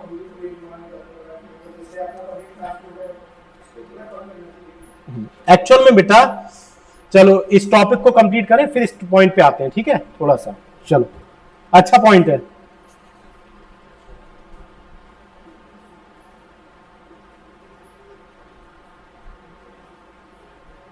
हाँ जी, मैं क्या बता रहा था, N2 molecule present in ionosphere responsible for Arora formation, responsible for Arora formation. ये अरोरा फॉर्मेशन मैंने एक जगह और बताया होगा, कहा? ARORA, Arora formation. हाँ ठीक है, यहां क्या होता है बेटा? अरोरा फॉर्मेशन होता है।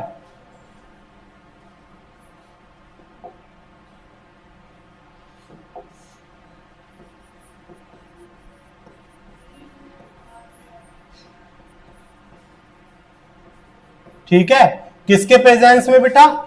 N2 एंड O2 की प्रेजेंस में। अरोरा मैंने बताया हुआ कब? जब हम पढ़ रहे होंगे सन के रेडिएशन, सन से जो निकलने वाले रेडिएशन होते हैं अर्थ सरफेस पर आते हैं, तो पोल्स पर एक बड़ा अच्छी सी सिचुएशन क्रिएट हो जाती है, इसमें लाइट दिखाई देती है हमें। पोल्स के कुछ ऐसे देश हैं जहां पर वो तुम मतलब पूरे साल जाके इस लाइट को क्या कर सकते हो? एक्सपीरियंस कर सकते हो, तो उसको बोलते हैं हम अरोरा फॉर्मेशन। ये जो अरोरा फॉर्मेशन होता है ये इन्हीं दो गैसेस की वजह से होता है आयनोस्फीयर की। कौन कौन सी? नाइट्रोजन और ऑक्सीजन।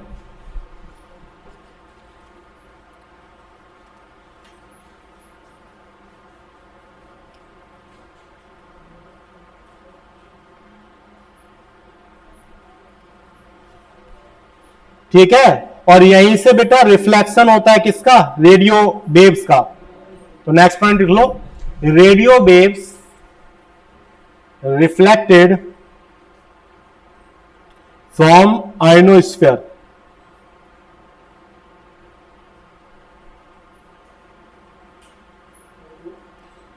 आयनोस्फीयर,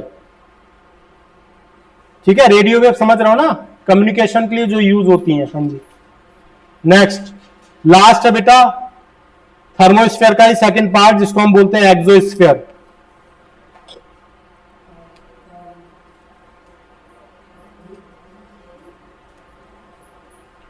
ठीक है, इसमें आउटर मोस्ट पूरा आ गया 10,000 तक, जो इसकी थिकनेस होगी पूरी, यहां पर क्या होगा बेटा? 10,000 किलोमीटर्स तक।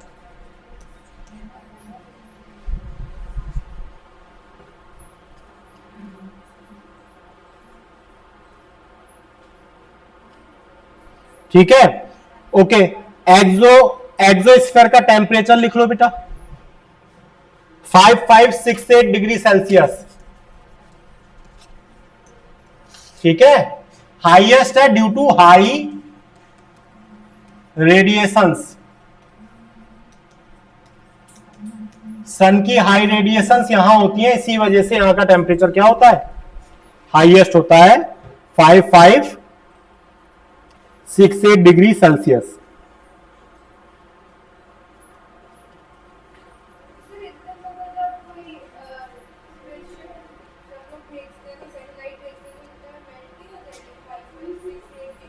हाँ, तो इसीलिए जो मटेरियल उसमें लगता है वो इस तरह का लगता है। क्यों? ये तो कुछ भी नहीं है बेटा, स्पेस में अगर और ऊपर जाओगे तो इससे ज्यादा सिचुएशन गंभीर हो जाती है। ठीक है, इससे ऊपर जाओगे, अब देखो जो सोलर प्रोब गए हैं वो सन के बहुत करीब गया है, वहां पर टेम्परेचर और ज्यादा होगा। ठीक है ना।